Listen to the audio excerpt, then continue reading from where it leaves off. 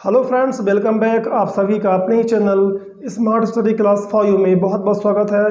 दोस्तों, आज की स्टोरी थोड़ा सा लंबी है तो मैं इसका ट्रांसलेशन थोड़ा सा जल्दी करूंगा। तो आपको मैं कहना चाहूँगा कि आप ध्यानपूर्वक सुने, एकाग्र होकर सुने, ताकि आप अच्छी तरह से अंग्रेजी सीख पाएँ। तो चलिए थोड़ा सा मैं आपको इस स्टोरी के बारे में बता देता हूँ कि एक्चुअल में इस कहानी में क्या होता है। ठीक है, फिर इस स्टोरी को हम एक तरफ से एक एक लाइन, एक एक वर्ड, इसका ट्रांसलेशन देखते हैं। तो एक्चुअल में इस स्टोरी में क्या होता है कि एक माँ अपने बच्चे को बहुत ही कठिन परिश्रम करके पढ़ाती है और उससे बिल्कुल भी काम नहीं करवाती है, ताकि मेरा बच्चा बहुत अच्छा पढ़ लिख कर एक अच्छा नागरिक बने और कोई अच्छी सी जॉब करे। ठीक है, तो इस तरह से वो लड़का भी काम में बहुत ध्यान नहीं देता है और पढ़ाई करता है और बहुत अच्छी पढ़ाई करता है, एक्सीलेंट एजुकेशन लेता है। ठीक है, शैक्षणिक रूप से वो बहुत मजबूत होता है और एक दिन जॉब में इंटरव्यू के लिए जाता है। तो इंटरव्यू लेने वाला उससे कुछ इस तरह का क्वेश्चन पूछता है कि क्या तुमने कभी अपने माँ के हार्डवर्क को, यानी कठिन परिश्रम को ध्यान दिया है, समझा है। तो इस तरह से कहानी आगे बढ़ती है। तो चलिए गाइस, बिना टाइम वेस्ट किए हम आगे बढ़ते हैं और इस स्टोरी का फटाफट एक तरफ से ट्रांसलेशन देखते हैं। ठीक है, तो चलिए यहाँ पर मैं थोड़ा सा जूम इन कर लेता हूँ। हाँ, तो यहाँ पर आप देख रहे हो अच्छी तरह से कि हमारे कहानी का टाइटल है appreciation of hard work. Okay, appreciation of hard work, कठिन परिश्रम की प्रशंसा। ठीक है, तो चलिए आगे बढ़ते हैं। One young academically excellent person went to apply for a managerial position in a big company, right? तो ये जो वर्ड लिखा है ब्लैक में, इसको पढ़ेंगे academically। ठीक है, यानी कि शैक्षणिक रूप से। यंग यानी युवा, आप जानते हैं। नेक्स्ट है मैनेजेरियल पोजीशन, मतलब मैनेजर की पोस्ट के लिए वो जाके कंपनी में इंटरव्यू देने जाता है। ठीक है, तो चलिए इसको हम अच्छे से ट्रांसलेट करते हैं। One young academically excellent person, यानी एक युवा शैक्षणिक रूप से बहुत एक्सीलेंट था, बहुत अच्छा व्यक्ति था। Went to apply for a managerial position, went यानी गया, ठीक है, टू अप्लाई यानी आवेदन देना। तो मैनेजर की पोजीशन के लिए, पद के लिए आवेदन देने गया। इन अ बिग कंपनी, एक बड़ी कंपनी में। ही पास्ड द फर्स्ट इंटरव्यू, उसने पहला इंटरव्यू पा लिया, यानी उसने पास कर लिया। ठीक है, ये देखिए इंटरव्यू यानी होता है आपका जो आंतरिक मूल्यांकन होता है, आपके अंदर जो गुण है सोशली या आपके अंदर जो समझ है उसको देखा जाता है, उसको बोलते हैं आंतरिक मूल्यांकन। ठीक है, ही पास्ड द फर्स्ट इंटरव्यू, उसने पहला इंटरव्यू पास कर लिया। The director did the last interview, director ने, वो जो निर्देशक था उस कंपनी का, उसने अंतिम इंटरव्यू लिया। मेड द लास्ट डिसीजन, और उसने आखिरी निर्णय बनाया। मेड यानी बनाया, डिसीजन यानी निर्णय। The director discovered from the CV, अब देखिए यहाँ पर सीवी को आपको समझना है, ये बहुत ही यूजफुल है और बहुत ज़रूरी है।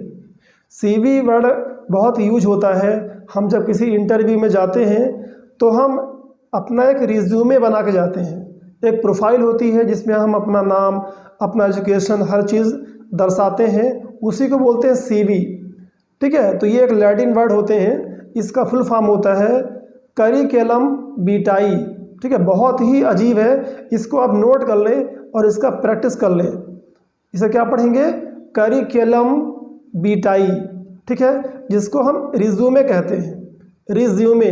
तो इन दो वर्ड को पढ़ने में लोग बहुत कंफ्यूज रहते हैं।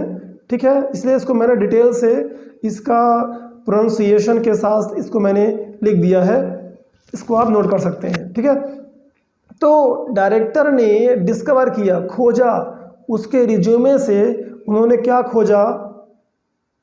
ठीक है, आइए आगे देखते हैं उन्होंने क्या खोजा।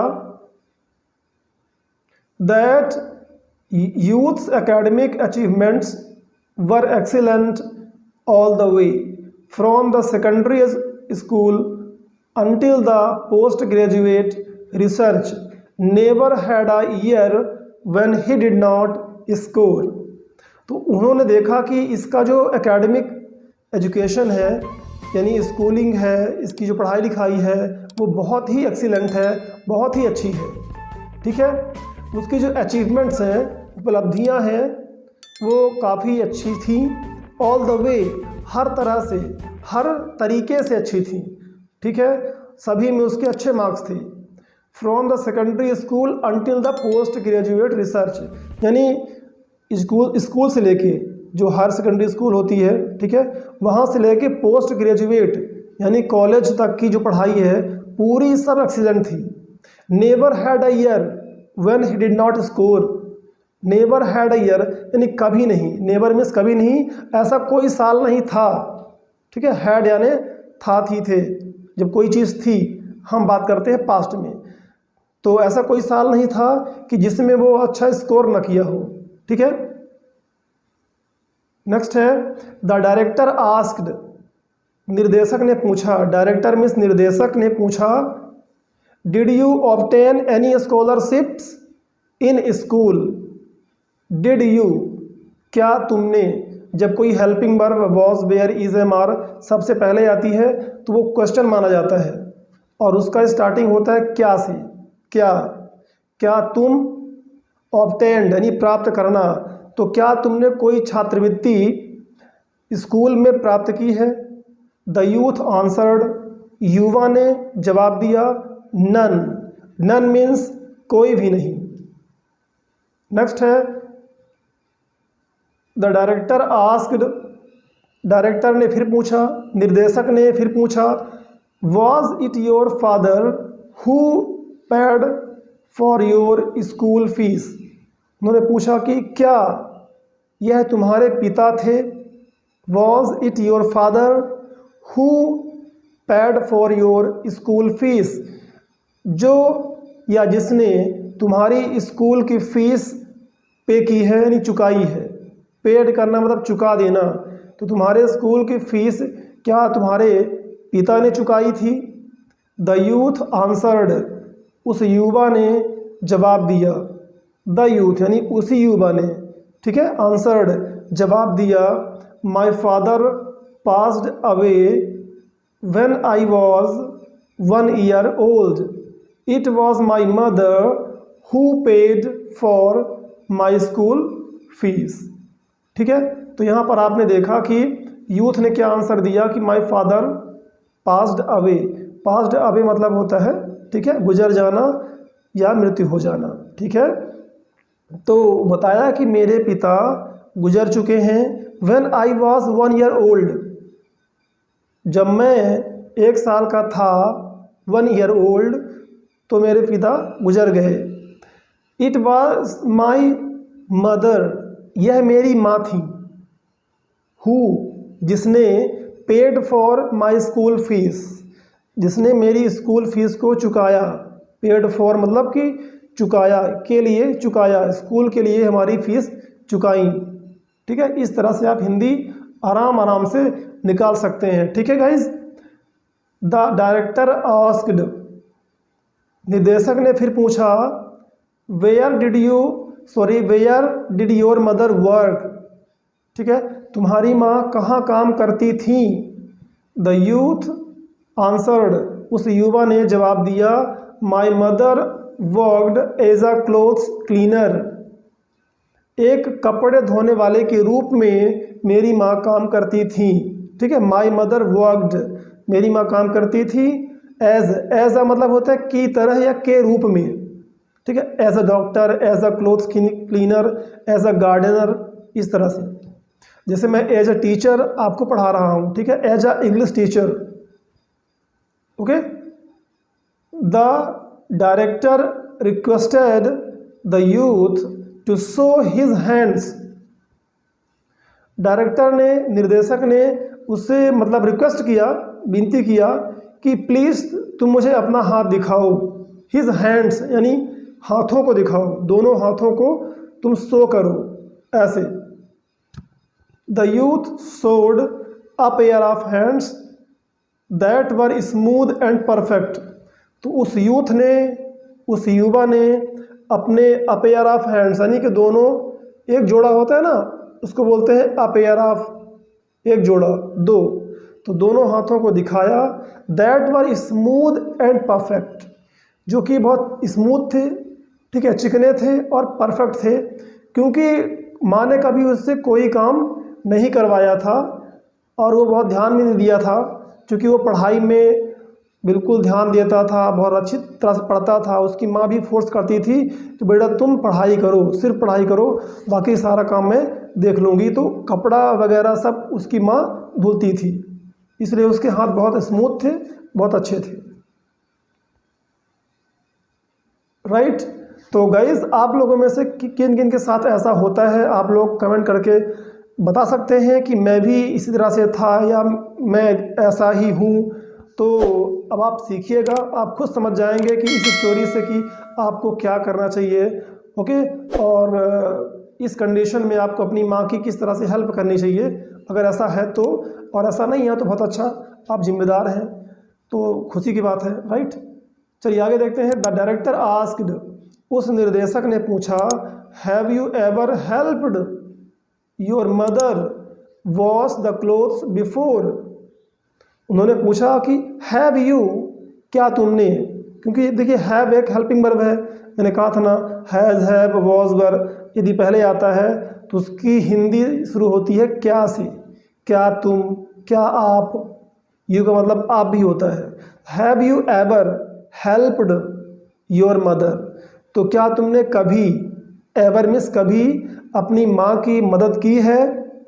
वॉश द क्लोथ्स बिफोर, अब किसी को लगता हो कि यहाँ पर जहाँ वॉश है वहाँ टू होना चाहिए, टू वॉश, बट देखिए ग्रामर की टेक्निक है कि जब हेल्प वर्ड का यूज़ करते हैं तो उसके अगली वाली वर्ब में, क्रिया में टू नहीं लगाते, ठीक है, ये टेक्निकल इंग्लिश का रूल है। राइट, तो वॉश द क्लोथ्स बिफोर, पहले तुमने अपनी माँ का कपड़ा धोने में कभी हेल्प किया है, मदद की है।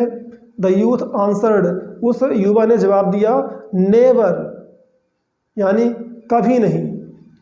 माई mother always wanted me to study and read more books. My mother always wanted, मेरी माँ हमेशा चाहती थी, मी यानी मुझसे, टू स्टडी, पढ़ाई करने के लिए, एंड रीड मोर बुक्स, और ज़्यादा किताबें पढ़ने के लिए मुझे कहती थी कि तुम और पढ़ो, तुम काम में ध्यान मत दो। ठीक है, फर्दर मोर, इसे क्या पढ़ेंगे, फर्दर मोर, यानी इसके अलावा या इसके अतिरिक्त या साथ ही साथ, है ना। My mother can wash clothes faster than me, इसके अलावा मेरी माँ मुझसे फास्ट, मुझसे तेज कपड़े धो सकती है। Next, the director said, director ने कहा, निर्देशक ने कहा, आई हैव अ रिक्वेस्ट, तुमसे मुझे, मेरी एक विनती है। आई हैव अ रिक्वेस्ट, ठीक है, मेरी एक विनती है तुमसे।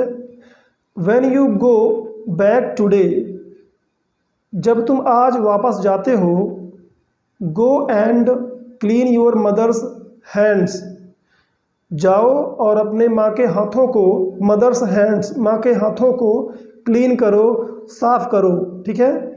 And then see me tomorrow morning, see का मतलब होता है मिलना और सी का मतलब देखना भी होता है, ठीक है।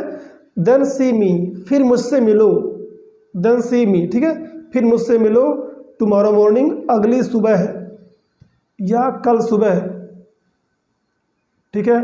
The youth felt that his chance of landing the job was high, उस युवा ने फेल्ट किया, महसूस किया कि that his chance of landing the job, देखिए लैंडिंग द जॉब मतलब होता है नौकरी पाना, ठीक है, नौकरी पाना। वॉज हाई, ऊपर था, बहुत ऊंचा था, मतलब उसके नौकरी पाने का चांस काफ़ी ज़्यादा था, ठीक है, ऐसा उसको लगा। व्हेन ही वेंट बैक, जब वो वापस गया, he happily requested his mother to let him clean her hands, he happily requested, उसने खुशी खुशी अपनी माँ से विनती की कि माँ मुझे अपने हाथों को क्लीन करने दो, साफ करने दो। टू लेट यानी करने देना, टू लेट हिम यानी उसे अपना हाथ साफ करने दे, ऐसा उसने विनती किया, रिक्वेस्ट किया, ठीक है। हिज मदर फेल्ट स्ट्रेंज यानी अजीब, उसकी माँ ने अजीब महसूस किया, हिज मदर उस लड़के की माँ ने। Happy but with mixed feelings, मतलब उसकी जो फीलिंग्स थी, अनुभव थे, वो क्या थे, एहसास थे, वो मिक्स थे, मतलब उसे खुशी भी हो रही थी और उसे एक तरफ दुख भी था, है ना, कि ये मेरा लड़का पहली बार ऐसा कर रहा है, ठीक है, इसके मन में क्या चल रहा है ना। तो ये सब समझ के माँ को थोड़ा सा खुशी भी और दुख भी होता है। She showed her hands to the kids, to the kid, kid यानी होता है बच्चा, ये बालक, ठीक है। तो उसने उस बच्चे को अपने हाथों को दिखाई, शोड, सोड यानी कि दिखाना, ठीक है।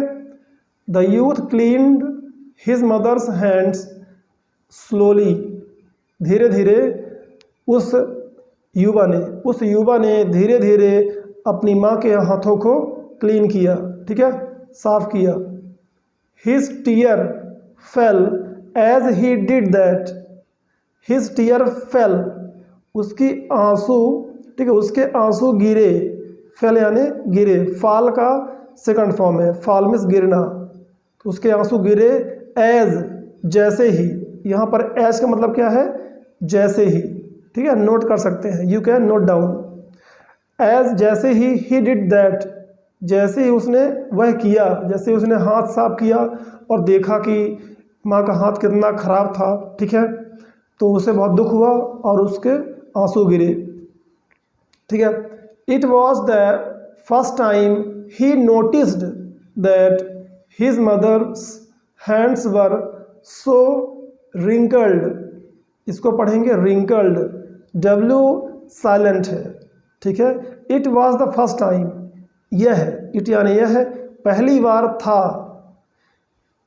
ही noticed that his mother's hands, उसने नोटिस किया, ध्यान दिया कि उसकी माँ के हाथ वर सो रिंकल्ड, बहुत झुर्रीदार थे, सिकुड़े हुए थे, ठीक है। रिंकल्ड मतलब झुर्रीदार या सिकुड़ा हुआ, थे, वर यानी थे। जब ज़्यादा काम करते हैं हम लोग, पानी वाला काम, ठीक है ना, तो वैसे भी हाथ क्या होते हैं, सिकुड़ जाते हैं, उसमें झुर्रियाँ आ जाती हैं, ठीक है। And were so many bruises in her hands, उनकी हाथों में बहुत सारे क्या थे, खरोच थे, जैसे कभी हाथ फट जाते हैं, कभी कोई चोट लग गई, या हाथ कड़े होने की वजह से कभी कभी फट जाते हैं, ठीक है, जो साबुन निरमा होता है उसकी असर से कुछ उसमें खरोच या दरारें आ जाती हैं, उसको बोलते हैं ब्रूइसेस, ठीक है, खरोच या कुचलन। नेक्स्ट, ओके, चलिए आगे देखते हैं फटाफट। Some bruises were so painful that his mother shivered when they were cleaned with water, okay, shivered या इसको पढ़ेंगे सीवर्ड, ठीक है ना। थोड़ा कभी कभी अमेरिकन और ब्रिटिश इंग्लिश के उच्चारण में फ़र्क हो जाता है, तो कुछ वर्ड में कन्फ्यूजन नहीं होना है, ठीक है। तो उसके जो कुछ खरोच थे वो बहुत पेनफुल थे, यानी बहुत दर्द कर रहे थे। दैट हिज मदर साइवर्ड, इसलिए उसकी माँ कांप गई, ठीक है। जैसे जब चोट पे ज़्यादा दबाव पड़ता है, कोई धक्का लगता है तो इंसान अचानक से कांप उठता है ना, तो वही कंडीशन है। When they were cleaned with water, जब उसने उसको पानी से क्लीन किया, साफ किया, ठीक है। तो देखिए, दे वर क्लीन्ड, यहाँ पर पैसिव वॉइस का स्ट्रक्चर है, थोड़ा यहाँ मैं इसको समझा दूँ कि दे यानी कि जो ब्रूइसेस थे, जो उसमें खरोच थे, उनको कह रहा है दे, यानी वे खरोच, वर क्लीन्ड, जब वो क्लीन किए गए। तो जब वाज वर के बाद थर्ड फॉर्म आई वर्ब की, तो समझ जाओ कि वहाँ पैसिव वॉइस है और उसकी हिंदी होती है ऐसा किया गया या बनाया गया, ठीक है। जैसे वर क्लीन्ड, साफ किए गए, ठीक है, विथ वाटर, पानी से, तो विथ यानी से, ठीक है। तो ये ग्रामर की कुछ बातें ऐसी होती हैं जिनको आप ध्यान देते चलोगे गाइस, तभी आप अच्छी तरह से इंग्लिश को समझ पाओगे, ठीक है। थोड़ा स्लो होगा स्टार्टिंग में, बट आप अच्छी तरह से सीखोगे तो ये ज़्यादा इम्पॉर्टेंट है। और बाकी जो चीज़ें हैं मैंने आपको पहले ही कह दिया कि आप कमेंट करते रहिए कि पैसिव वॉइस वगैरह जो है इनको मैं ढंग से समझा दूँ कि आप समझ पा रहे हैं, जो भी दिक्कतें हैं, ठीक है। This was the first time the youth realised, ठीक है, realised that it was this pair of hands that washed the clothes every day to enable him to pay the school fee. उसने पहली बार फर्स्ट टाइम रियलाइज़ किया था, ठीक है, यह पहली बार था। दिस वाज फर्स्ट टाइम, यह पहली बार था कि उस यूथ ने, युवा ने इस बात को रियलाइज़ किया था, महसूस किया था कि यही वो पेयर ऑफ हैंड्स हैं, यही वो हाथ के जोड़े हैं, ठीक है, जिन्होंने एवरी डे, हर दिन कपड़ों को साफ किया है। टू इनेबल हिम यानी उसे सक्षम बनाने के लिए, उसे इस लायक बनाने के लिए कि ताकि वो उसकी स्कूल फीस को पे कर सके। Him to pay the school fees, ठीक है ना, वो लड़का, वो युवा स्कूल की फीस पे कर पाया, ठीक है ना। तो इसके लिए सक्षम कौन बनाया? उसकी माँ ने, उसकी मेहनत ने, जो कपड़े धो धोकर, ठीक है, प्रयास करके उन्होंने, ठीक है ना, पैसा कमा के उसने उसकी स्कूल फीस को भरी, ठीक है। The bruises in the mother's hand, the bruises in mother's hand were the price that the mother had to pay for his graduation. यानी कि जो उसके ब्रूइसेस थे, उसके खरोच थे उसके हाथ में, ठीक है, वो कीमत थी, ठीक है, वही कीमत थी जो उसकी ग्रेजुएशन की फीस चुकाने के लिए माँ ने अदा किया था, ठीक है। The price that the mother had to pay, जो उसकी माँ को पे करना पड़ा था, हैड टू पे करना पड़ा था, ठीक है। हैड टू गो जाना पड़ा था, हैड टू कुक पकाना पड़ा था, है ना, ये पड़ता था। इस तरह से आप हैड टू के बाद वर्ब का फर्स्ट फॉर्म प्रयोग करके इसको यूज कर सकते हैं और कई सेंटेंस बना सकते हैं, एक नहीं दो नहीं, आप दसों हजारों सेंटेंस बना सकते हैं, ठीक है। तो यही तो है कि स्ट्रक्चर को भी आपको नोट करते जाना है। तो ठीक है, हो गया academic excellence and his future. तो जो उसकी शैक्षणिक दक्षता थी, जो उसने एक्सीलेंट नंबर लाया था, उसके लिए और उसके फ्यूचर के लिए, ठीक है, उसकी माँ ने इतनी कड़ी मेहनत करके, ठीक है, और उसने ध्यान नहीं दिया, बहुत परवाह नहीं की कि उसके हाथ में खरोच आ रहे हैं, झुर्रियाँ पड़ रही हैं, अपने मतलब कष्ट को ध्यान न देकर अपने बच्चे के फ्यूचर के लिए उसने कठिन परिश्रम की।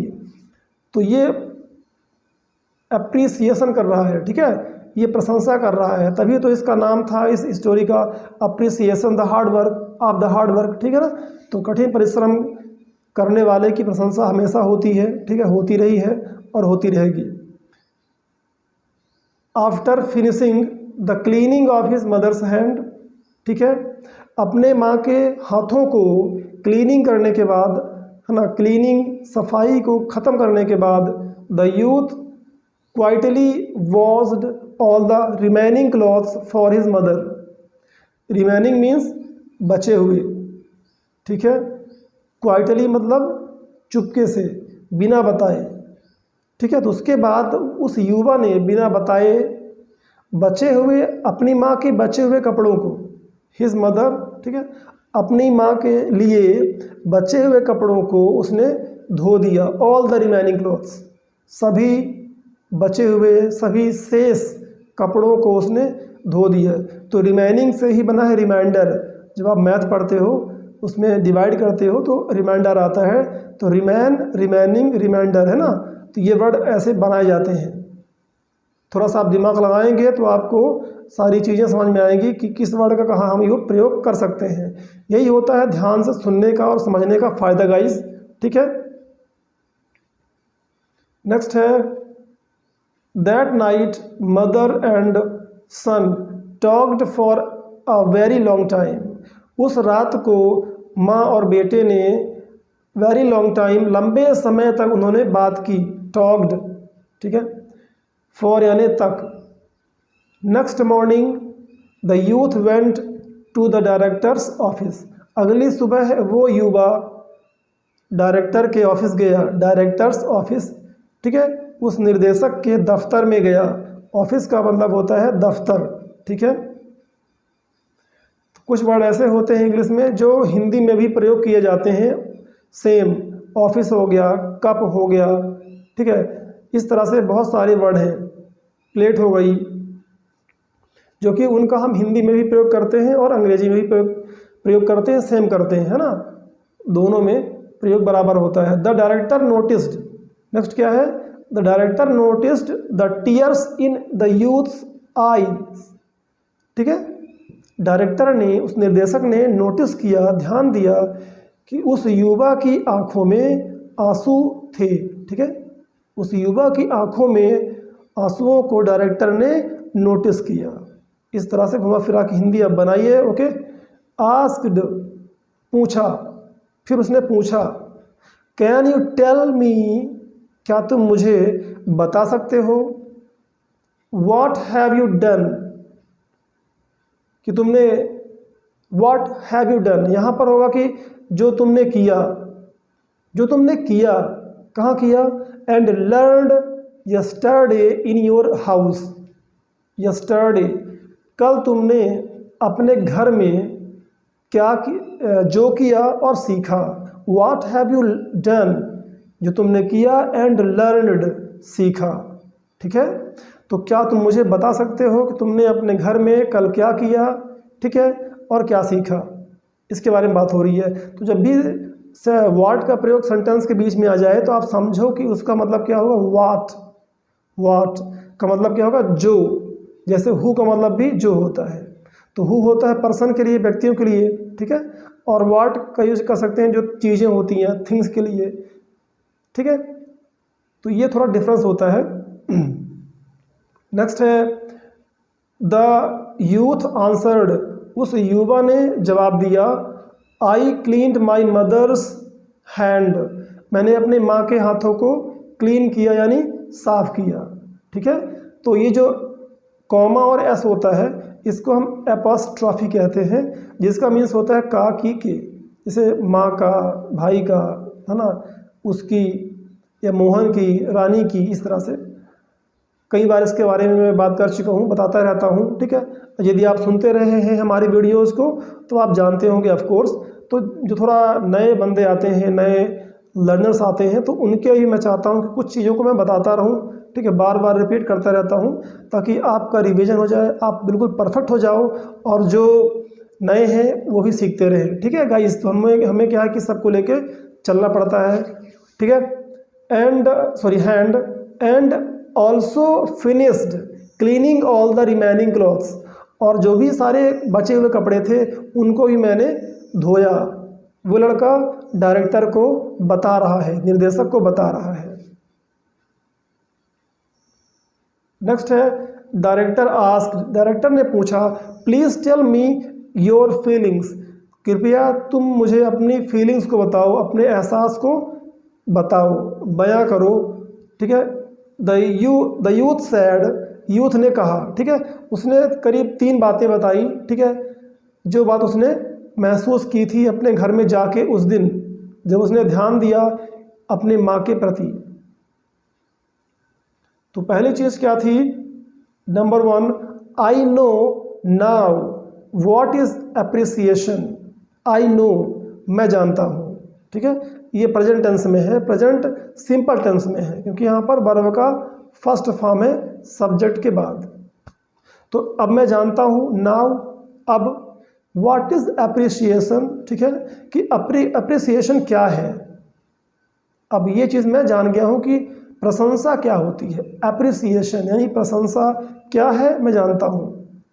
विदाउट माई मदर, बिना मेरी माँ के, विदाउट माई मदर, ठीक है, बिना मेरी माँ के, there would not be the success I have today.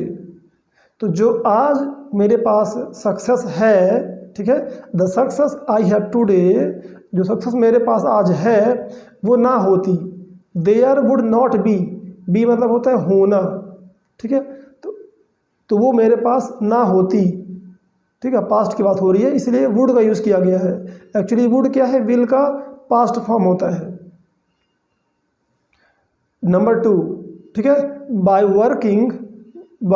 Working together and helping my mother only I now realize how difficult and tough it is to get something done। तो मैं अपनी माँ के साथ, ठीक है, और माँ की हेल्प करके, मैंने अपनी माँ की हेल्प करके उनके साथ काम करके, ओनली आई नाउ रियलाइज, सिर्फ मैंने अब रियलाइज़ किया, ठीक है, मैंने एहसास किया, हाउ डिफ़िकल्ट कितना कठिन, और टफ़ का मतलब भी होता है ज़्यादा कठिन, ठीक है ना, तो कितना कठिन होता है, it is to get something done मतलब होता है कुछ करवाना, ठीक है ना, कोई चीज़ कर पाना, तो ये चीज़ कितना कठिन होता है, उसने अपने माँ के दर्द को अपने हाथों को देखकर उसे एहसास होता है, ठीक है। नंबर 3 क्या है, I have come to appreciate the importance and value of my relationship. उसने कहा आई हैव कम, मैं आया हूँ। यहाँ पर हैव के बाद आप कम देख रहे होंगे, कम एक्चुअल में थर्ड फॉर्म है। कैसे मालूम पड़ता है, जब हैव के बाद कम आ जाए, हैज़, हैव, हैड, तो समझ जाओ कि वो थर्ड फॉर्म ही है, क्योंकि कम का कम, केम, कम होता है, कम थर्ड फॉर्म है और केम सेकंड फॉर्म है। तो आई हैव कम ये प्रेजेंट परफेक्ट में है, तो उसके बाद थर्ड फॉर्म माना जाएगा, आई हैव कम, मैं आया हूँ। यहाँ पर मैं आया हूँ टू अप्रिसिएट, प्रशंसा करने के लिए, the importance and value of family relationship. तो फैमिली जो होती है रिलेशन, जो हमारी फैमिली का रिलेशन होता है, उसका महत्व और उसका वैल्यू, उसकी कीमत को बताने के लिए, उसकी प्रशंसा करने के लिए मैं यहाँ पर आया हूँ, ठीक है। तो यानी देखिए इसके पीछे कितनी बड़ी बात छुपी थी। डायरेक्टर जानता था कि इस लड़के को यदि अपने माँ की मेहनत का अंदाज़ा हो गया और उसकी कीमत क्या होती है, अगर उसको ये एहसास हो गया, तो ये व्यक्ति और परफेक्ट और मजबूत बन सकता है, ठीक है, और मैनेजर पद के लिए ज़्यादा योग्य हो सकता है, ठीक है। देखिए नेक्स्ट क्या है, द डायरेक्टर सेड, उस निर्देशक ने कहा, this is what I am looking for to be my manager. This is what मतलब ये वो चीज़ है, ठीक है, दिस इज़ व्हाट मतलब जो, ये वो चीज़ है जो I am looking for to be my manager. I am looking, मैं देख रहा था, मैं ढूंढ रहा था, ठीक है, फॉर टू बी मतलब होता है बनने के लिए, टू बी होने के लिए या बनने के लिए, माई मैनेजर, ठीक है, तो मेरा मैनेजर बनने के लिए, ठीक है, मैं ये चीज़ ढूंढ रहा था कि उस व्यक्ति में ये चीज़, क्वालिटी, ये गुण होने चाहिए कि वो दूसरों के हार्डवर्क को, परिश्रम को समझे, उसकी प्रशंसा करे, ठीक है। तो गाइस देखिए कितनी बड़ी बात है ना। कई बार कुछ ऐसे डायरेक्टर या ऐसे कुछ कर्मचारी हो जाते हैं जिनका एटीट्यूड ऐसा होता है कि वो अपने छोटे कर्मचारियों के काम को छोटा मानते हैं और उनकी प्रशंसा नहीं करते। I want to recruit a person who can appreciate the help of others, a person who knows the sufferings of others to get things done, and a person who would not put money as his only goal in life। ठीक है, तो sentence थोड़ा सा बड़ा है, आइए इसको आराम से करते हैं ट्रांसलेशन, ठीक है ना। तो उसने कहा आई वॉन्ट टू रिक्रूट, इसको हम पार्ट बाय पार्ट करेंगे तो आपको इसका हिंदी ट्रांसलेशन निकालना बहुत आसान हो जाएगा। ओके, जैसे आप पहले इसका निकालोगे मीनिंग, जहाँ कामा लगा है यहाँ तक, I want to recruit a person, मैं एक व्यक्ति को नियुक्त करना चाहता था।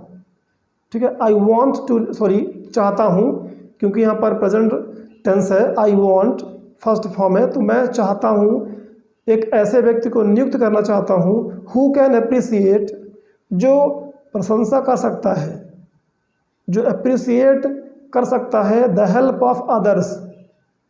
ठीक है, अन्य लोगों की, दूसरों की जो हेल्प है, मदद है, उसकी प्रशंसा कर सकता है। ठीक है ना, लोग घमंडी होते हैं और अपने छोटे से जो कर्मचारी हैं या छोटे वर्ग के हैं उनकी प्रशंसा को वो, मतलब उनकी कामों की प्रशंसा नहीं करते क्योंकि उन्हें घमंड होता है। तो ये एक बहुत बेकार बात है जो कि किसी अच्छे व्यक्ति के व्यक्तित्व में नहीं होना चाहिए। A person who knows the sufferings, sufferings यानी कष्ट या पीड़ा, तो जो लोगों की कष्ट पीड़ा को जानता हो, हु नोज द सफरिंग्स, जो कष्ट और पीड़ा को समझता हो, जानता हो, ऑफ अदर्स, दूसरों की, टू गेट थिंग्स डन, चीज़ों को करवाने के लिए, चाहे जो भी काम हो, जो कार्य हो, उनको करवाने के लिए। ठीक है, वो उनके कार्य की प्रशंसा भी करता हो ताकि उन्हें एक प्रोत्साहन मिले, एक खुशी मिले। Right, and a person who would not put money as his only goal in life, तो एक ऐसा व्यक्ति जो जीवन में पैसे को सिर्फ अपना गोल ना बना ले, would not put money as his only goal, पैसे को अपना सिर्फ एक आखिरी गोल यानी लक्ष्य ना बनाता हो कि बस पैसा कमाना मेरा लक्ष्य हो। ठीक है ना, ऐसा व्यक्ति नहीं चाहिए कि जो पैसे को आखिरी गोल बना ले या बनाए। समझ पा रहे हैं? ठीक है ना, चलिए आगे चलते हैं। नेक्स्ट है गाइस, अब स्टोरी का आखिरी पंक्तियाँ आ गई हैं। ठीक है, तो हम भी अपने गोल की तरफ पहुंचने वाले हैं। ठीक है गाइस, तो हम कहाँ पर थे? हाँ, you are hired. Okay, you are hired, hired मतलब होता है काम पर रख लेना, किसी को किराए पर रखना या भाड़े में लेना। ठीक है, तो मतलब कि वो कहता है डायरेक्टर कि तुम हायर्ड होते हो, यानी तुम सेलेक्ट होते हो, तुमको मैं काम पर रखता हूँ। इसका मतलब ये होगा। लेटर ऑन मतलब बाद में। ठीक है, वो काम पर लग गया, वो मैनेजर बन गया। ठीक है, बहुत अच्छा काम किया। लेटर ऑन मतलब कुछ समय साल बाद, this young person worked very hard, ये युवा व्यक्ति काफ़ी अच्छी मेहनत किया, worked very hard, and received the respect of his subordinates. Subordinates means अधीनस्थ व्यक्ति, जो भाई मैनेजर होता है वो, उसके अंडर में और लोग काम करते हैं, उन्हें बोलते हैं अधीनस्थ व्यक्ति या सबऑर्डिनेट्स। तो जो उसके सबऑर्डिनेट्स थे उनका, अपने अधीनस्थ व्यक्तियों का उसने सम्मान प्राप्त किया, रिसीव किया। ठीक है, रिस्पेक्ट को उसने प्राप्त किया। राइट, तो नेक्स्ट है every employee worked diligently and as a team. तो हर एम्प्लॉई मीन्स कर्मचारी, हर एक, एवरी मीन्स हर एक कर्मचारी, वर्कड डिलीजेंटली यानी मेहनत पूर्वक काम करता था, एंड एज अ टीम एक टीम की तरह, मतलब मिलजुल के। ठीक है, एक मिलजुल के आपस में तालमेल बना के एक टीम की तरह काम करते थे। The companies performance improved tremendously. ठीक है, तो जो कंपनी की परफॉर्मेंस थी, द कंपनीज परफॉर्मेंस, कंपनी की परफॉर्मेंस यानी कंपनी का जो अपना कामकाज था, इम्प्रूव्ड सुधर गया, ट्रिमेंडसली, मतलब बेहतरीन ढंग से, ज़बरदस्त तरीके से उस कंपनी की ग्रोथ हुई, उसका सुधार हो गया। ठीक है, तो इस तरह से गाइज़ यहाँ पर स्टोरी फिनिश होती है। तो गाइज़ आपको स्टोरी कैसी लगी और आपने कौन से वर्ड सीखे और क्या बात आपको ज़्यादा अच्छा लगी, तो कुछ ना कुछ आप कमेंट ज़रूर करिएगा। तो इस वीडियो को पूरा देखने के लिए आप सभी का बहुत बहुत धन्यवाद।